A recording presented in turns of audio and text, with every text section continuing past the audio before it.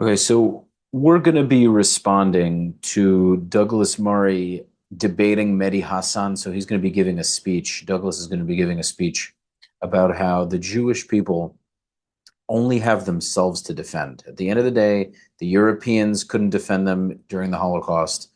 The Arab world didn't defend them for 1400 years. There were periods where they did, but for the most part, they did not. And so the Jews only have ourselves to protect us. And it's a very powerful speech. I cannot wait to show it to you. Make sure to subscribe, like the video, leave your comments. You can follow me at Rafi the Realtor on Instagram for all of your South Florida real estate needs. And you can support the channel via the Buy Me a Coffee link in the description or pinned comment. Let's get into it. Well, thank you very much, Rudyard. It's a great pleasure to be back to the Monk debates. When I was last here a couple of years ago, I just returned from the front line of the war in Ukraine, where I was with the Ukrainian armed forces. And for most of the last 8 months, I've been in Israel and Gaza, following the war there as closely as I can. And I won't go into all the details now that I could give you of what's happening. But I would just put it in perspective in this way, first of all. What happened on the 7th of October was not just a massive attack on innocent people inside Israel. It was the equivalent to about 6,000 Canadians being massacred and burned in their homes in one day. It was the equivalent of about 1,500 of your fellow Canadians being taken hostage. You know, you would have thought after an attack like the one that Hamas instigated that started this terrible war, you would have thought that there would be some sympathy for the world, from the world. You might have thought the world would pay attention to the attack and at least pay attention to the people behind it. You might have expected, like me, that there might have been a worldwide opposition to the terrorists and rapists and murderers of Hamas.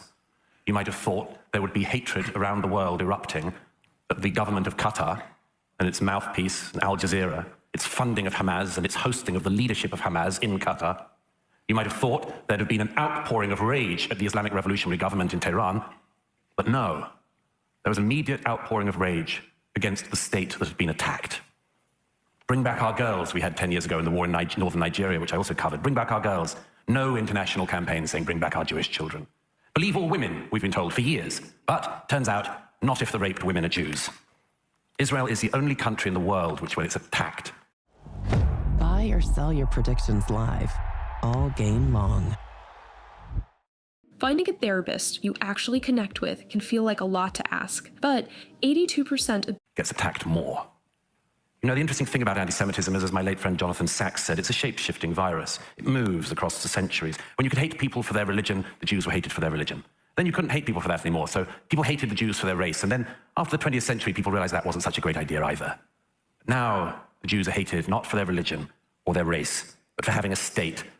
People around the world hate them so much for it that Israelis are attacked when they have hostages taken, and this is to remember the 100 hostages still in captivity in Gaza, who, if they were given back by Hamas today, the war would be over.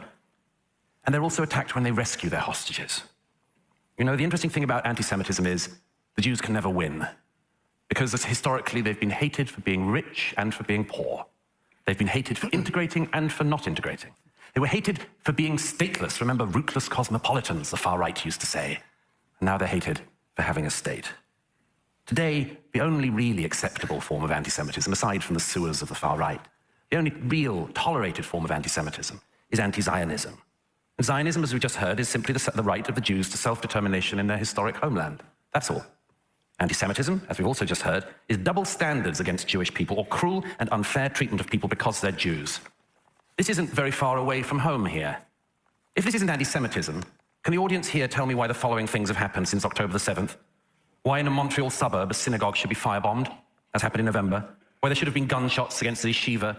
Why in Toronto a bookstore owned by a Jew should be attacked? Why a Molotov cocktail was thrown through a Jewish community centre in Montreal? Why a Toronto Jewish deli in North York was firebombed? Why in Toronto the Orthodox synagogue was vandalised? Why in Toronto 2 men opened fire the other week on a Jewish girls' school?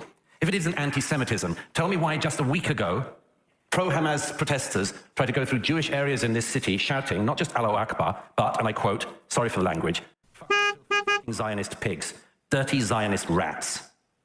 Have you heard that language before? The Jews have. Now look, if you are interested in this motion, just bear this in mind. It's not about Netanyahu, it's not about this war, it's about double standards, and one question hovers over it above all, the question of who would protect the Jews. Who would you trust to protect them? The Europeans? The Arab world? No. History shows only one people will protect the Jewish people. The Jewish people. That's what Zionism is. Thank you. Okay, so that was a really powerful speech. I'm sure you guys appreciated it. I could not agree more with everything he said. I mean, Douglas Murray is always on point. I hopefully will have him on the podcast in the near future. If any of you do have a connection to him and can help me make the episode happen, I would greatly appreciate it. Of course, make sure to subscribe to the channel, leave your comments, like the video. Follow me on Instagram at Rafi the Realtor for all of your South Florida residential real estate needs. And you can support the channel via the Buy Me a Coffee link in the pinned comment or description. I hope you'll tune into the next video. Until next time, peace.